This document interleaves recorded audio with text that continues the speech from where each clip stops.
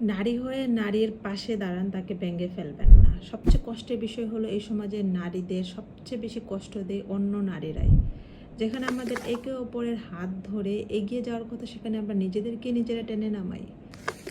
আমাদের চারপাশের সমাজ এমনিতেই কঠিন। প্রতিটি পদক্ষেপে আমাদের লড়াই, অস্তিত্বের লড়াই, বেঁচে থাকার লড়াই, অধিকারের লড়াই, সম্মানের জন্য আমাদের লড়তে। কিন্তু সবচেয়ে বেদনাদায়ক হয় তখন যখন সেই আঘাতটা আসে আরেকজন নারীর কাছ থেকে।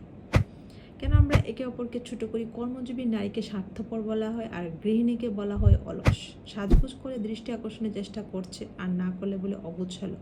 সফল হলে বলে অতিরিক্ত উচ্চাবিলাসী, শান্ত হলে বলে দুর্বল। যাই করি না কেন, সমালোচনা আমাদের পিছু ছাড়ে না। কিন্তু আমরা কি কখনো ভেবেছি আমাদের বলা কথাগুলো কারো জন্য কতটা মন খারাপের কারণ হতে পারে? কেউ হয়তো রাতে একা বসে কাছে ভেঙে পড়ছে শুধুমাত্র আরেকজন নারীর কটূক্তির কারণে। নারীত্ব মানে প্রতিযোগিতা নয়, এটা একে অপরের এগিয়ে নিয়ে যাওয়ার গল্প।